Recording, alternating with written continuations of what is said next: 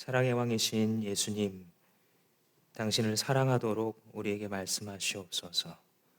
예수님의 이름으로 기도합니다. 아, 이 맛이야 라고 하는 광고 카피가 기억나신다면 나이가 좀 되신 겁니다. 한 식품회사가 이 조미료를 넣게 되면 당신이 어렸을 적 먹었었던 된장찌개, 감자국, 그 구수하고 깊은 맛이 날 겁니다 라고 선전을 해서 히트를 쳤던 상품이죠. 사실 사람들은 그래 이 맛이구나 라고 하는 그 제맛을 사모하고 찾는 마음이 있습니다. 평상시에 이 물고기 회를 먹고 하다가도 바닷가까지 찾아가서 회를 꼭 먹어야지 하는 이유는 더 싱싱한 맛이 회는 참 맛있어. 한 걸음 더 가면 아예 배 타고 바다로 나가서 배 위에서 잡은 이 고기를 회를 처먹는 걸 또 사람들이 좋아하죠. 그런가 하면 제맛을 기대하고 갔는데 이 별로 그렇지 않아서 실망할 때가 있습니다. 간혹 그런 적 여러분도 있으시죠? 저도 어떤 음식점을 갔는데 여기가 뭐 방송에도 나오고 유명한 맛집이다. 내비게이션에 검색하면 나오기도 해서 기대하는 마음으로 들어가면서 먹다 보면 여기에 어느 부분이 맛집인 걸까? 라는 생각이 들기 시작하고 왜 사람들이 이 돈을 주고 여기 와서 먹을까? 궁금하게 만드는 기대했던 맛이 전혀 안 나오는 그런 데도 있죠. 근데 또 그런가 하면 반대로 그냥 평범해 보이는 식당에서 갈비탕 한 그릇 먹는데 그래 이게 갈비탕이지, 떡볶이 냉면 하나 시켜 먹는데 이 맛이지 라고 하는, 흡족하게 하는 이 맛이 떠오릅니다. 왜냐하면 그게 자기가 기대했던 거거든요. 마음속에서 뭔가 말할 수 없었지만 그 맛을 다시 한번 맛보고 싶은 그 본연의 맛을 맛보았기 때문입니다. 사람도 사회도 나라도 그렇죠. 이제는 뭐 하나의 정치 프레이즈가 되어버렸습니다만 이게 나라냐? 좀 더 좋은 사회를 꿈꿀 때에 정치인들이 하는 말이건 혹은 국민들이 하는 말이건 자기가 꿈꾸는 본연의 정말로 더 나라다운 그런 세상이 되기를 원하는 마음을 표현하는 말이겠죠. 사회도 그렇고 사람도 그래요. 국가대표 선수에게 사람들이 기대하는 게 뭐냐면 열심히 준비해서 최선을 다해서 경기에 임할 때에 그래 저게 바로 우리 국가대표지. 판사가 여러 유혹이 있지만 그것들을 다 저련히 잘라내고 정의에 의해서만, 법에 입각해서만 판결을 내리려고 할 때 그래 저렇게 판결을 내려야지 라고 사람들은 고개를 끄덕여 주게 됩니다. 오늘 읽은 본문에서 주님은 예수 제자의 맛에 대해서 얘기해 줍니다. 예수를 따른다, 크리스찬이다, 내가 예수님의 제자가 되었다라고 했을 때에 그에게서 어떤 맛이 기대될 것인가, 그 얘기를 예수님께서 하고 계세요. 특히 오늘 본문을 읽어가다 보면 내 제자가 될 수 없다라는 말을 3번을 반복하세요. 그러니까 이게 부정적인 이 표현이죠. 이렇게 하는 사람들은 내 제자가 될 수 없다, 될 수 없다, 될 수 없다. 여러분 성경을 읽어가실 때 한 가지 팁을 드리자면 부정 표현이 있으면 긍정 표현으로도 한번 바꿔보세요. 그러면 그 의미가 더 충만하게 잘 이해가 되는데요. 예수님은 지금 무슨 얘기하고 싶은 거냐면 예수 제자가 될 수 없는 방법을 가르치고 싶은 게 아니라 진짜 제자 되는 방법을 가르쳐주고 싶은 거예요. 그죠? 이렇게 하면 많은 사람들이 문턱까지 왔지만, 예수님 근처까지 왔지만 이런 것들 때문에 제자가 되지 못했어 결국. 그러니 너희들은 예수 제자가 되고자 하는 진짜 방법을 알고 나를 따라오렴. 이게 예수님 진심이겠죠. 그래서 예수님께서 오늘 하고 계신 말씀을 한마디로 핵심을 좀 요약해 보자면 이것입니다. 한번 따라해 보시겠습니다. 자기 십자가를 지는 것. 자기 십자가를 지고 예수님을 따르는 것, 이게 핵심이에요. 다른 것들을 다 잊어버리셔도 그거 한 가지를 기억하시면 됩니다. 예수의 제자가 되는 진짜 방법은 자기 십자가를 지고 예수님 따르는 거구나. 이걸 기억하시면 돼요. 그러니까 자기 십자가를 지고 예수님을 따르면 그 길이 맞고요. 자기 십자가를 지는 게 없으면 아무리 휘황찬란한 수식어구를 갖다 붙이고 멋있고 거룩한 모형 다 있어도 아무리 세상에서 봉사를 제일 많이 해도 예수 제자는 아니에요. 그거는. 예수 제자는 자기 십자가를 지고 예수님을 따르는 거. 이게 예수님 제자의 정체성입니다.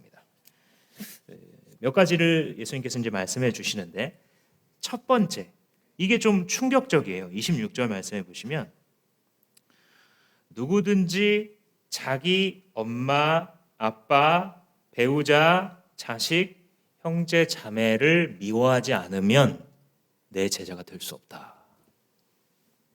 예수님의 말씀이요.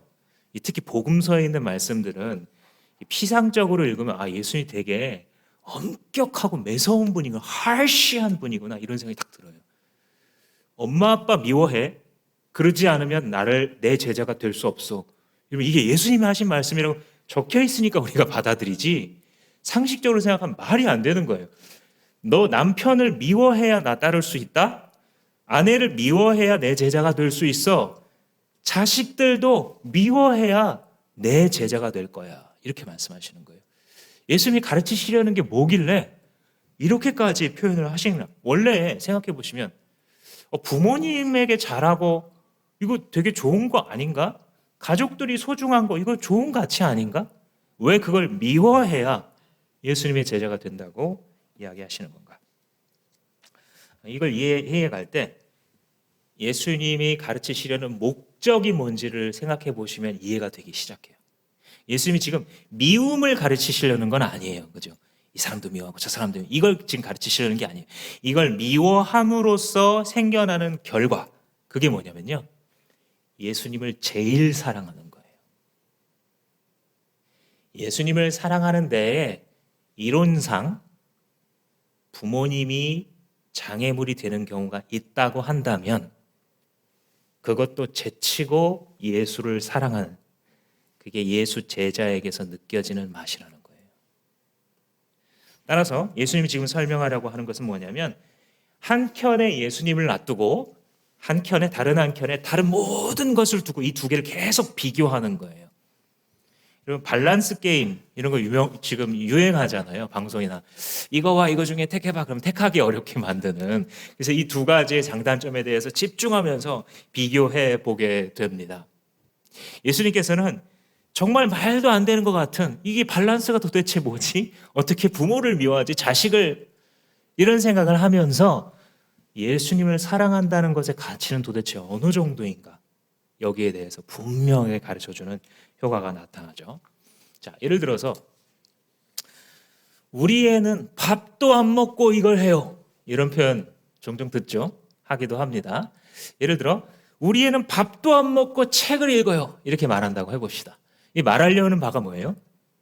진짜 밥을 안 먹는다는 거예요. 얘는 밥을 안 먹고도 살 수 있는 사람이라는 게 아니죠. 밥도 먹어요. 먹으니까 책을 읽을 수 있죠. 그런데 뭐냐면 밥을 먹는 것도 먹기도 하고 좋아하기도 하지만 책을 더 좋아한다라는 얘기를 하는 거예요. 그죠? 책을 너무 좋아해서 이 밥 먹을 이 식사 때가 지났는데도 계속 읽는 일이 허다하다는 거예요. 이 아이에게는 그게 더 좋은 일이니까. 이걸 한마디로 우선순위다라고 얘기합니다. 더 중요한 거. 제일 가치 있는 거. 내가 살아가면서 진짜 중요하다고 생각하는 거. 그러니까 예수님이 우리에게 지금 뭘 가르치시는 거예요? 예수 제자의 맛이라는 것은 예수가 제일 중요한 사람. 한번 따라해 볼까요? 예수가 제일 중요한 사람. 그게 제자라는 거예요. 제자에게서 다른 맛을 다 빼더라도 이 사람은 예수가 제일 중요한 사람이구나. 그러면 예수 제자가 맞다는 거예요. 겉으로 볼 때 뭐 조금 시원찮아 보여도 이 사람한테 예수가 제일 중요하잖아요. 그럼 그 사람 제자 아니에요? 제자 맞다는 거예요. 제일 중요한 정의입니다. 어떻게 그럴 수가 있는가? 어떻게 세상에 다루어야 될, 지켜야 될 가치들이 되게 많은데 그 중에서 예수가 제일 중요한 사람이 될 수 있는가? 우리가 어저께와 그저께 목자 목녀 수련을 하는 동안 많은 목원들이 진짜 기도해 주신 것 같아요. 은혜가 예상했던 것보다 훨씬 컸어요. 이 목사님이 가르쳐 주신 이 삼위일체에서 비롯되는 삼위 하나님의 영원하신 사랑의 교제 속으로 우리를 부르시는 것이 바로 교회고, 그게 바로 목장이라는 거다. 하나님의 영원한 사랑의 공동체 안으로 우리가 참여하는 거고, 우리가 VIP에게, 이웃들에게 나아가는 이유도 그분들을 그 영원한 사랑의 공동체로 불러들이기 위함이다. 그래서 목장이 얼마나 가치가 있는 건지에 대해서 아주 설득력 있게 말씀을 해 주셨어요. 저는 아마 이 목자 목녀 수련회가 우리 교회의 영적 분기점이 될 거라고 보고 있습니다. 큰 차이를 만들어낼 거라고 봐요. 그런데 목사님도 좋았는데 같이 오신 목자님이 참 인상적이었어요. 여자 목자님을 한 분 데려오셨는데 올해 나이가 76세시래요. 근데 남편이 계신데 잘 도와주지 않기 때문에 그냥 그런 경우 가정교회에서는 여자분을 목자다 이렇게 얘기하고, 남편분은 교회를 만약에 나오시면 목부다 그냥 이렇게 불러드립니다. 그러니까 리더십은 이 목자, 여자이신 목자님이 이제 행사하고 계신 건데, 자기에게 주어진 이 목원들이 대부분 VIP거나 아니면 신앙생활을 오랫동안 했지만 제대로 안 하는 이런 분들 이제 서너 명을 데리고 목장을 시작한 거예요. 그러니까 얼마나 힘들겠어요.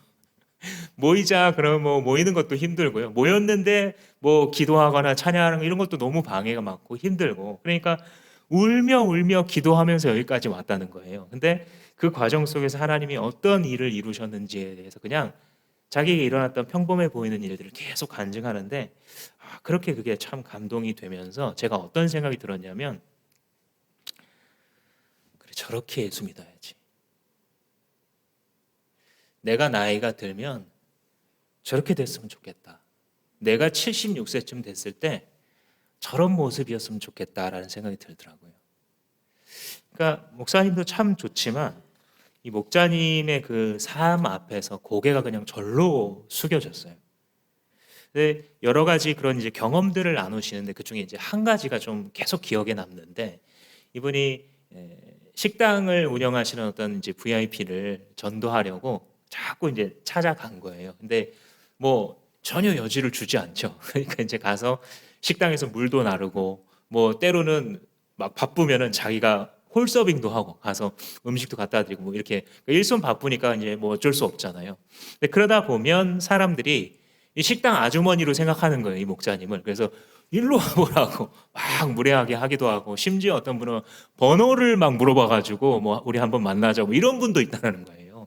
근데 이걸 보면서 이 안 믿는 그 식당 운영하시는 분이 그러지 말라고, 그분 여기 직원 아니라고 막 그래야 됐을 정도로 가서 그렇게 이제 사랑으로 섬기신 거예요. 가정교회의 큰 장점이 우리가 세상을 사랑하고 영혼을 사랑한다는 걸 말로 하지 않고 예수님이 보여주신 것처럼 몸으로 보여주는 거잖아요.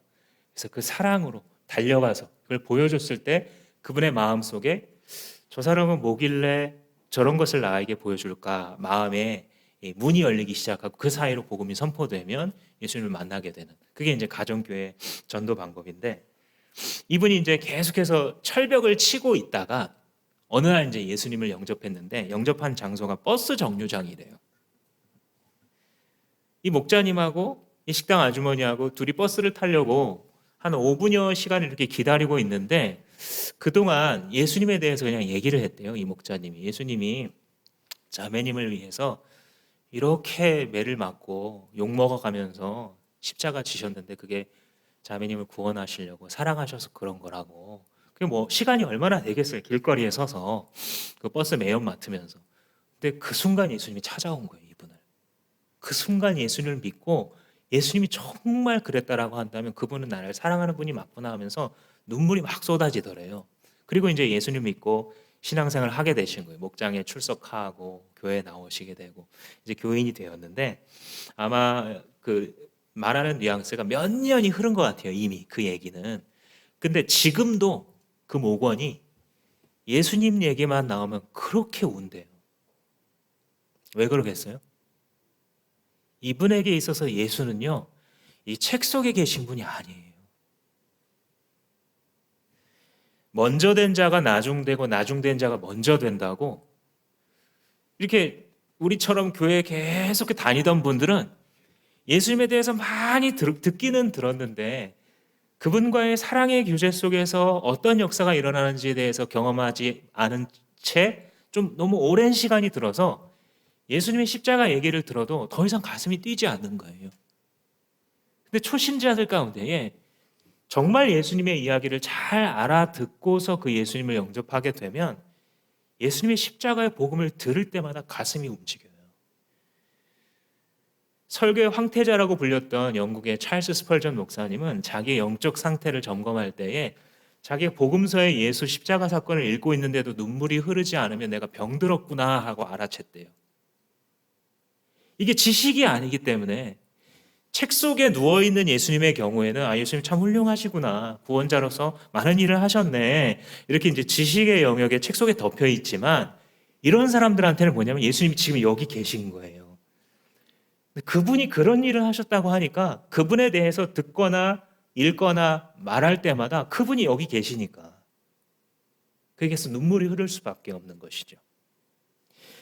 예수님의 제자라는 것은 예수님의 사랑을 깨닫는 사람이에요. 너희가 어머니, 아버지, 자식까지도 미워하지 아니하면 나를 사랑할 수 없다, 내 제자가 될 수 없다라는 말을 들을 때에 책 속에 예수님을 알고 있는 사람은 예수님 이렇게 좀 냉정하다 이렇게 느껴지고요. 살아계신 인격이신 예수님과 지내고 있는 분에게는 이게 그렇죠, 당연하죠. 예수님을 사랑할 수 없다면 나는 다른 모든 것을 버리겠어요 라고 말하고 있는, 이게 정말 예수님 만난 사람입니다. 이 세상에서 살아갈 땐 사실 부모님보다 중요한 게 어디 있겠어요. 내 근본인데 내 가족, 내 자식보다 중요한 게 어디 있겠어요. 그것 때문에 뼈 빠지게 일하는 건데, 그런데 예수님을 만나면 그 위의 세계가 열려버리는 거예요.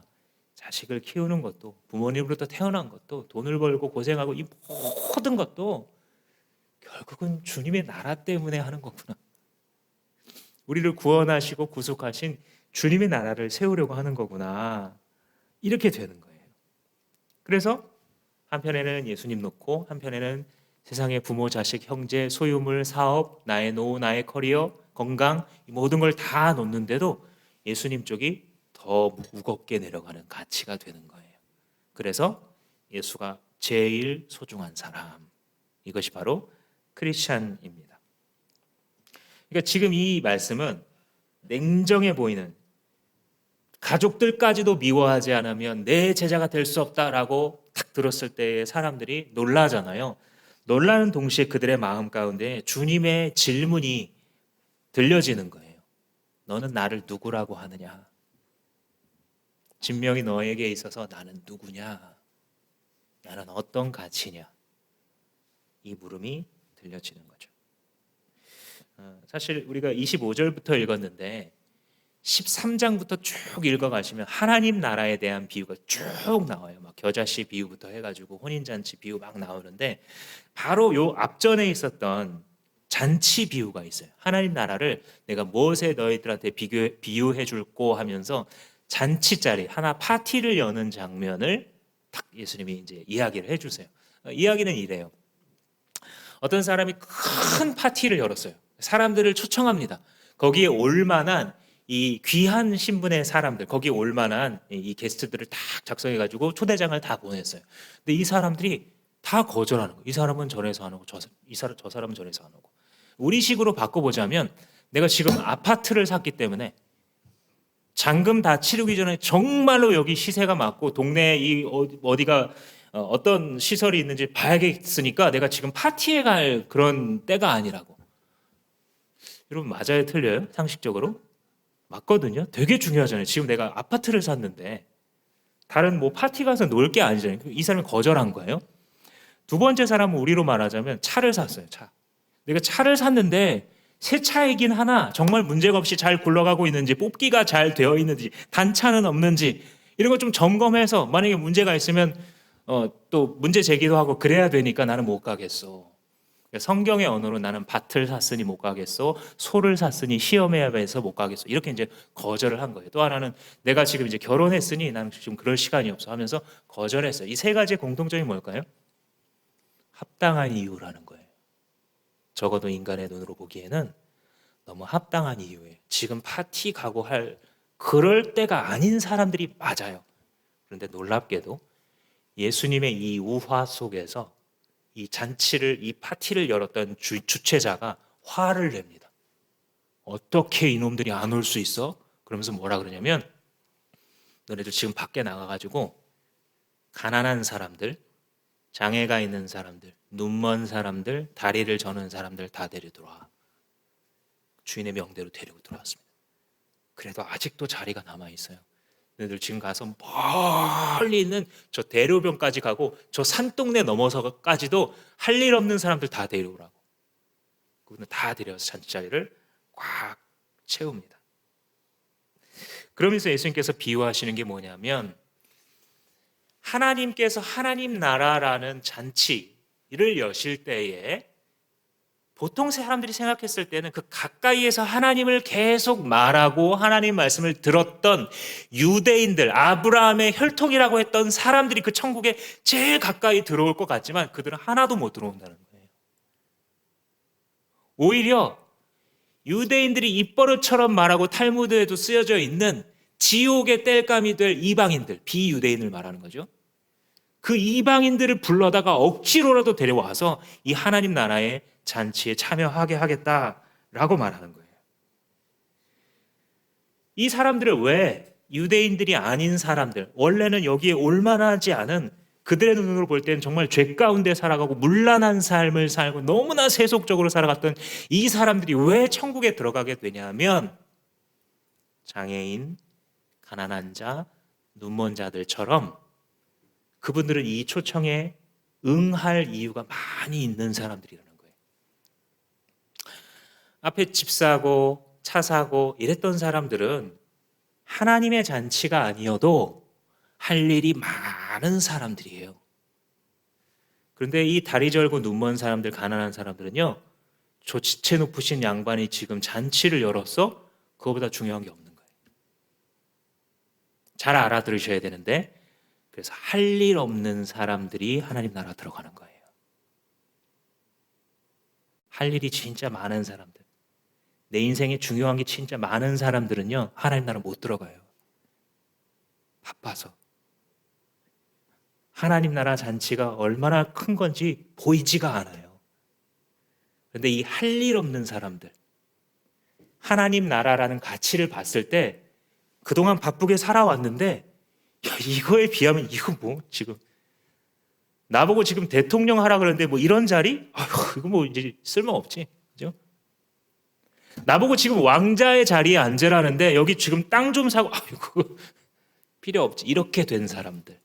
이제 더 이상 이 초청 앞에서 아, 내가 할 일 없는 자구나인 것을 깨달은 사람들이 하나님 나라에 들어간다. 이걸 이제 우리말로 좀 정리를 해보자면, 예수가 절대적 우선순위가 된 사람들이에요. 예수님이 다른 어떤 것들과 비교해도 훨씬 중요해진, 예수를 절대적 우선순위로 받아들인 사람들이에요. 근데 그 우선순위가 어느 정도라고요? 자기의 모든 혈통 관계를 뛰어넘을 수 있다고요. 지금 이 비유 들은 건요, 예수님께서 이 혈연 관계를 무시하려고 하는 말이 아니라, 이 세상에서 살아가는 것 중에 뭐 집도 있고 차도 있고 지갑도 있고 재산도 있지만 그보다 더 중요하잖아요. 사실 부모, 자식, 배우자 더 중요하잖아요. 그래서 그 예를 드시는 거예요. 그 밑에 있는 것들은 말할 것도 없다는 거예요. 그래서 일부러 그거랑 싸움 붙이시는 거예요. 예수와 세상에서 가장 소중한 이 두 가지를 병치해 놓으시는 이유가 이게 더 중요하다는 말씀하시는 거예요. 누구에게요? 예수의 제자들에게. 그것을 깨닫고 그렇게 살고자 기도하고 몸부림치는 자들이 바로 예수의 맛을 보여주는 자들이에요. 여러분들, 하나님은 3등입니다 라고 하는 작자 미상의 글을 어쩌면 한 번씩 들어보신 적이 있으실 거예요. 제가 한번 읽어드릴게요. 하나님은 3등입니다. 1등은 하고 싶은 일, 2등은 해야 하는 일, 3등은 하나님 만나는 일. 하고 싶은 일 다 하고 해야 하는 일도 다 마치고 그 그 후에 여유가 남으면 하나님을 만나 줍니다. 하나님은 3등입니다. 어려운 일이 생길 때도 하나님은 3등입니다. 내 힘으로 한번 해보고 그래도 안 되면 가까이 있는 사람에게 도와달라고 하고 그나마도 안 되면 하나님을 부릅니다. 하나님은 3등입니다. 거리에서도 3등입니다. 내게 가장 가까이 있는 것은 내 자신, 그 다음엔 내 마음을 알아주는 사람, 그 다음에야 저 멀리 하늘에 계신 하나님이십니다. 하나님은 3등입니다. 그런데 하나님께 나는 1등입니다. 무슨 일이 있어도 내가 부르기만 하면 도와주십니다. 내가 괴로워할 때는 만사를 제쳐놓고 달려오십니다. 아무도 내 곁에 없다고 생각이 들 때는 홀로 내 곁에 오셔서 나를 위로해 주십니다. 나는 하나님께 언제나 1등입니다. 나도 하나님을 1등으로 생각했으면 좋겠습니다. 만사를 제쳐놓고 만나고 작은 고비 때마다 손을 꼭 잡은 내게 1등으로 가까이 계신 하나님이셨으면 좋겠습니다. 나를 1등 삼으신 하나님을 우리 모두가 1등으로 모시고 살게 되었으면 좋겠습니다. 절대적 우선순위. 예수의 제자의 맛이라는 것은 누가 봐도 저 사람 인상에서 예수가 제일 중요하구나 가 되는 사람. 세상은 이런 사람을 기다리고 있습니다.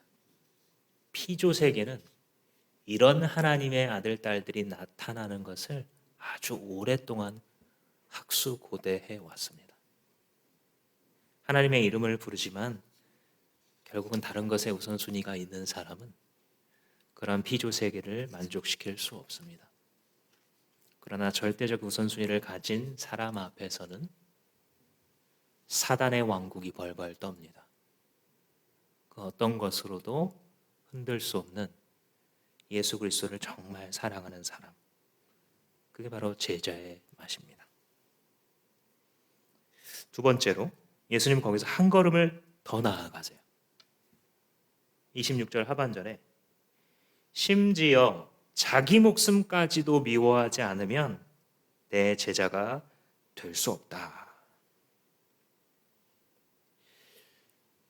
이 예수 제자가 예수님을 얼마나 사랑하는지 그 모습을 이렇게 지켜보고 그 삶에 대해서 이렇게 알게 되면 될수록 저 사람이 지금 자기 목숨은 제대로 돌보나 싶다는 거예요. 옆에서 예수 제자를 보면.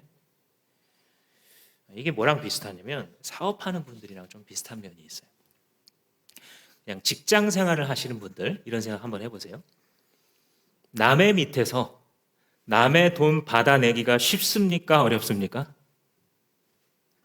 왜들 그러세요? 쉬운 것처럼 왜 쉬운 것처럼 알고 계세요?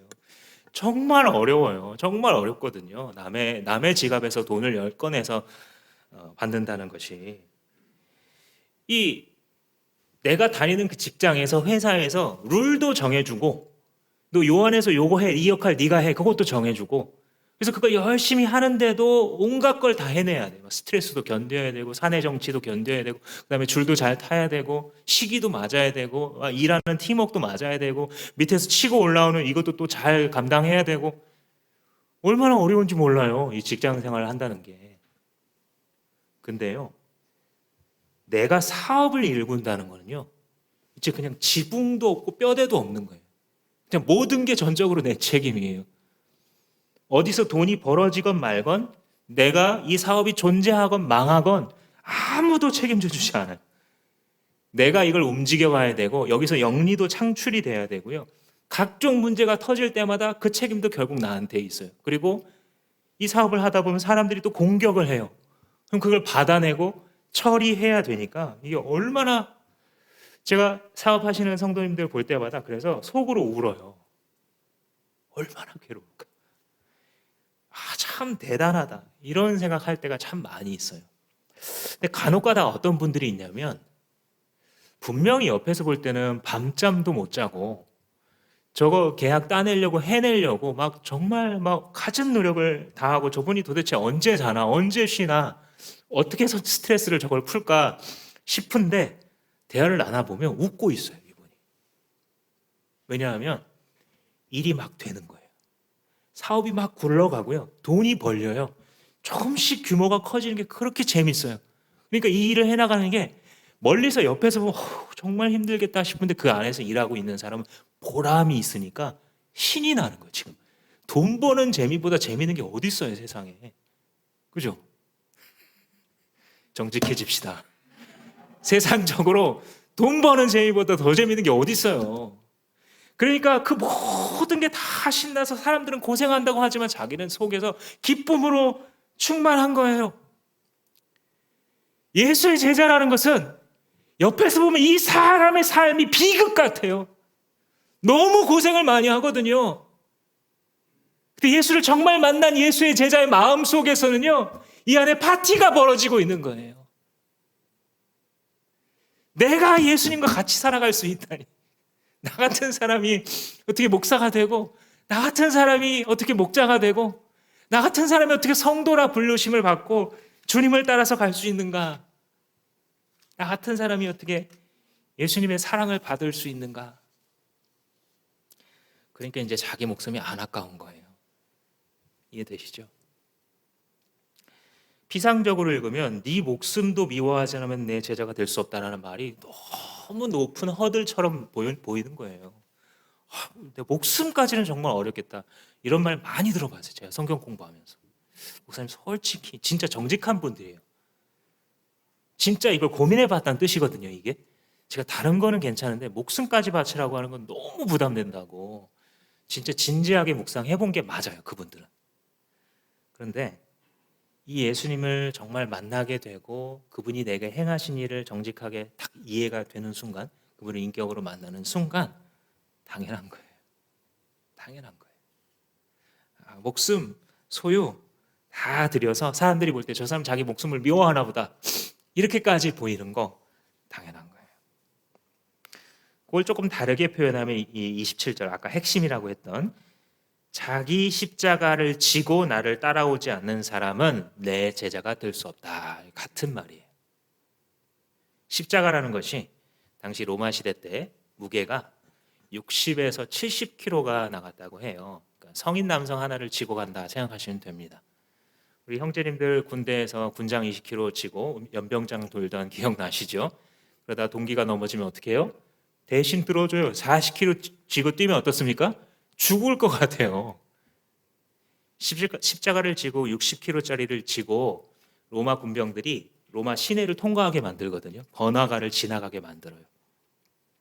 십자가를 메고 가는 게 아니라 조금만 걸어가면 그 다음에 어떻게 되겠어요? 땅에 질질 끌면서 가는 거예요. 사람들이 그걸 쳐다보면서 공포심을 느껴요. 아, 로마에 대항했다가는 저렇게 되는구나. 하나의 통치의 일환이에요. 그래서 일부러 사람들이 있는 번화가를 지나가게 하고 그 마지막에 종착역이 뭐예요? 사형장이고요.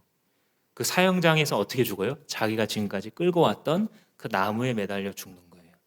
자기 죽일 사형틀을 지고 가는, 그게 십자가를 지고 간다라는 뜻입니다. 우리가 이제 이 구절을 읽을 때 고생하는, 십자가를 지고 간다는 게 고생한다 이런 의미로 많이 우리가 들었을 겁니다. 그것도 있는데 그거는 다 2차적인 의미, 부차적인 의미고요. 핵심 의미는 이거예요. 내가 죽으러 가는 거구나. 예수님이 지금 나한테 요구하는 게 뭐냐면 네 십자가를 지고 나를 따르라는 거 뭐냐면 죽으러 와라 이런 뜻이에요. 우리한테 좀 와닿게 설명해 보자면 아오지 탄광으로 가자 이렇게 말씀하시는 거예요. 아우슈비츠로 가자 이렇게 말씀하셨어요. 그러니 처음에 예수님의 이 설교를 들은 사람들이 뭐라고 느꼈을까요? 참 감동적이야 이렇게 느꼈을까요?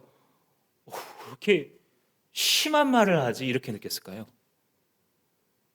예수 저 사람 인기 있더니 너무 과격해 이런 말 100% 들었을 거예요. 요한복음에 보면 예수님이 내가 하늘에서 내려온 참떡이니 이 떡을 먹는 자는 영생을 얻으리라 설교하셨어요. 사람들이 감동받았을까요? 충격받았을까요? 우리가 볼 때는 감동적이잖아요. 예수님을 아니까 뒤에서 지난 다음에 보니까 감동적인 거고요. 처음에 이 설교를 들었을 때 요한이 뭐라고 기록하냐면 이 설교를 들은 많은 무리가 예수님을 떠났고 다시는 돌아오지 않았다 이렇게 기록해요. 너무 충격적이었던 거예요. 당신이 지금까지 가르친 서로 사랑해라, 하나님 나라를 생각하면서 살아. 이런 거 감동적이고 교훈이 될 때는 좋았는데 하늘에서 내려온 예수님을 그 떡을 받아들이지 않으면 영생을 받을 수 없고 이런 얘기를 하시니까 당신 도대체 뭔데 거기서부터 걸려서 충격받아서 다시는 안 나온 거예요. 예수님 앞으로. 이 설교는 어땠을 것 같아요? 똑같았죠. 죽으러 가자. 너희들 죽으러 가지 않으면 내 제자 안 돼. 죽으러 가지 않으면 천국에 갈 수 없어. 누가 와요 이런 교회를. 많은 사람이 이 말씀을 듣고서 오해했을 거예요. 끔찍하게 들렸기 때문에. 근데 이런 생각을 한번 해보세요. 씨앗을 흙 속에 이렇게 던지면 거기 이제 수분이 있어서 물에 막 끓다가 결국 몸통이 갈라지죠. 그리고 그 위로 싹이 트면서 이렇게 나오면서 비로소 하나의 식물로서 이 생명을 움틔우게 되는 거잖아요.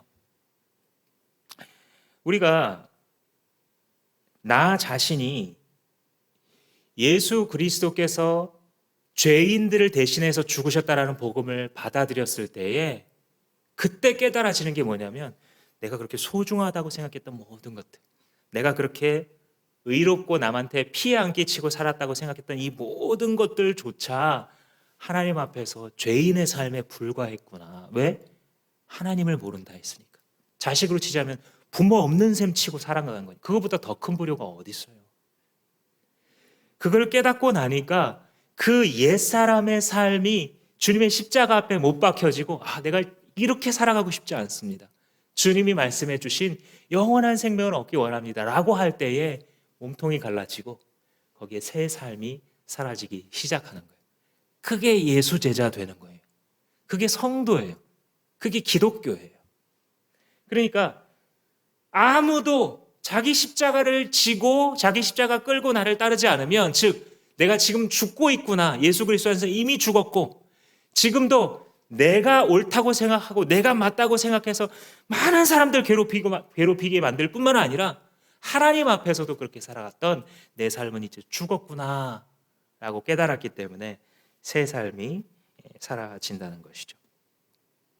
그래서 비슷한 문맥에서 마태복음은 뭐라고 기록을 하고 있냐면, 누구든지 나를 따라오려거든 자기 십자가를 지고 나를 따라라. 누구든지 제 목숨을 구원하고자 하는 사람은 잃어버릴 것이고 자기의 목숨을 잃어버리고자 하는 자는 찾을 것이다. 이렇게 말씀해요. 이게 이 뜻이에요. 내가 살아갔던 이거 잘 지키려고 하는 사람은 결국은 영생을 잃어버린다는 거예요. 잘 들으셔야 돼요, 이거를. 그런데 자기가 고집했었던 그 삶을 예수를 만나고 나서 그 십자가 앞에 부닥쳤을 때에 이 인생은 죽어야 되겠구나. 이 나의 못난 교만과 이 자존심은, 내 마음대로 내 삶을 조정하고 싶어서 했던 이 못된 왕은 죽어야 되는구나 라고 자기의 목숨을 주 앞에 내던질 때에 비로소 진짜 삶이 열린다, 이 얘기를 하시는 거죠. 이게 바로 크리스찬들의 비밀입니다. 예수님을 너무 사랑하고 너무 신뢰하기 때문에 내 목숨을 드려야만 그를 얻을 수 있다면 그렇게 하는 것. 자기 목숨보다도 예수님이 더 중요한 사람, 이 인생보다도 영생이 더 중요한 사람, 이게 예수의 제자의 맛이라는 겁니다.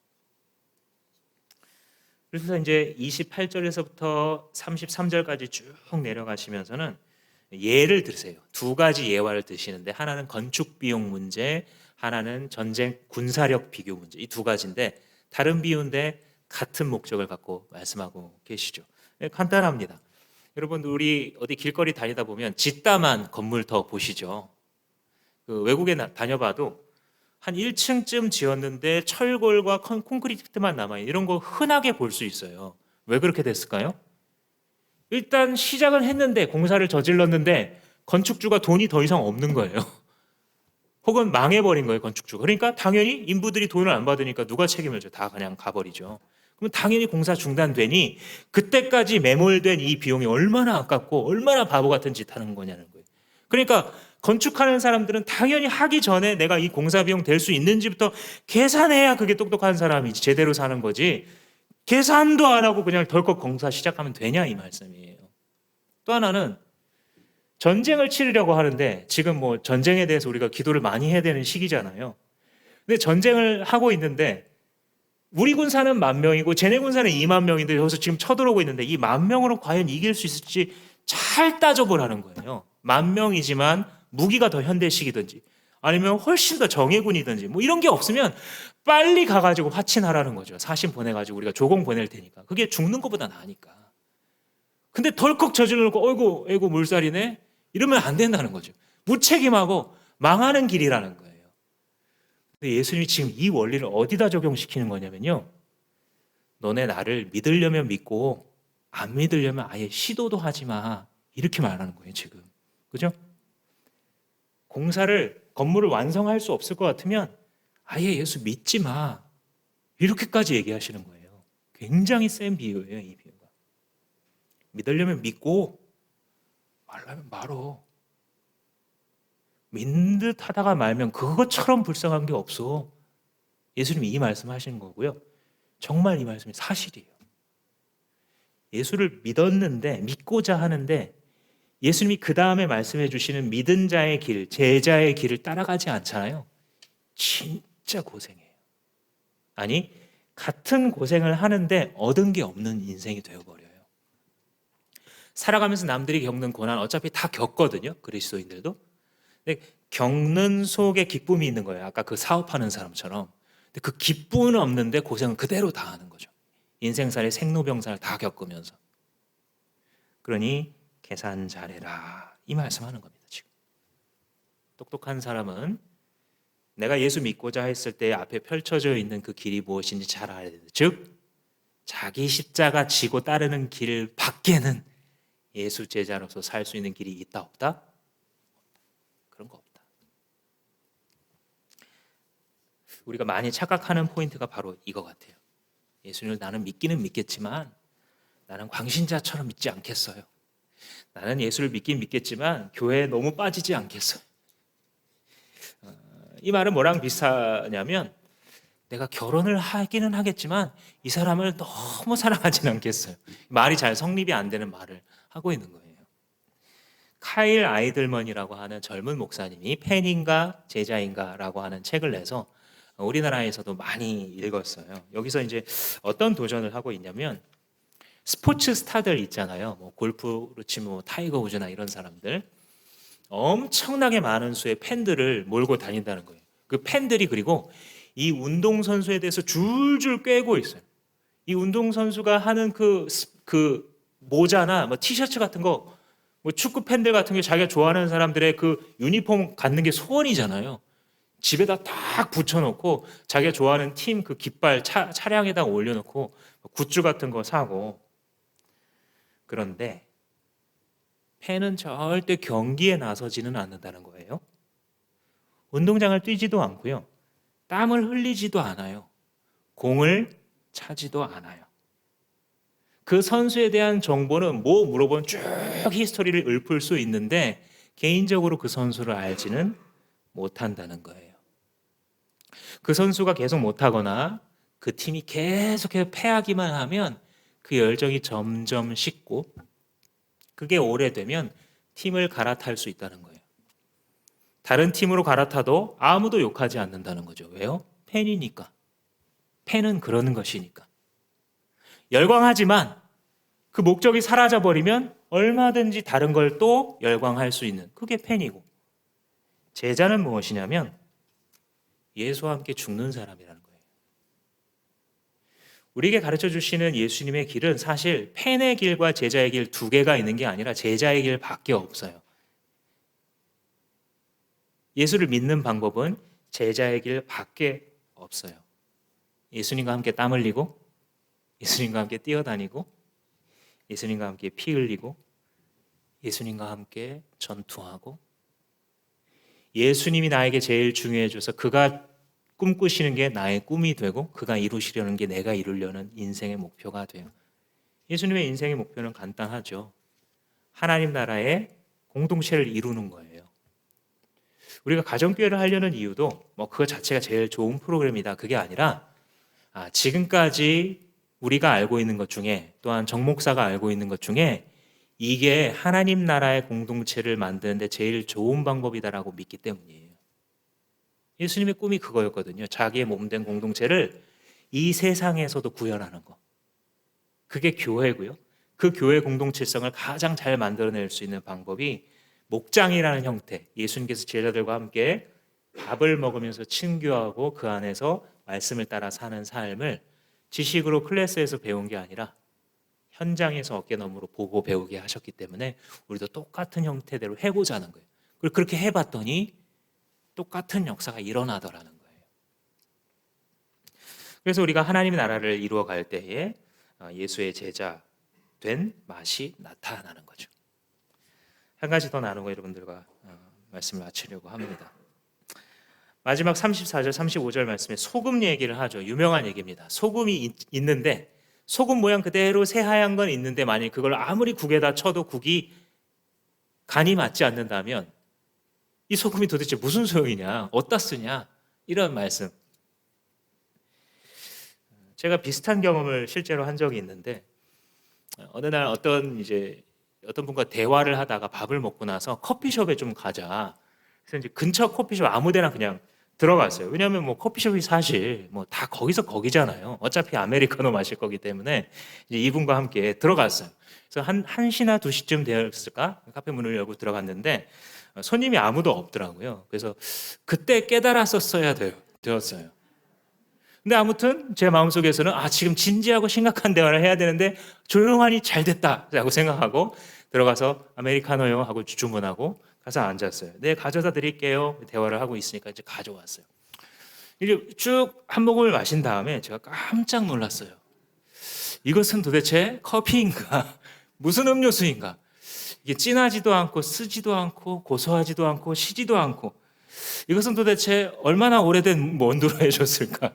6개월이 됐을까? 1년이 지났을까?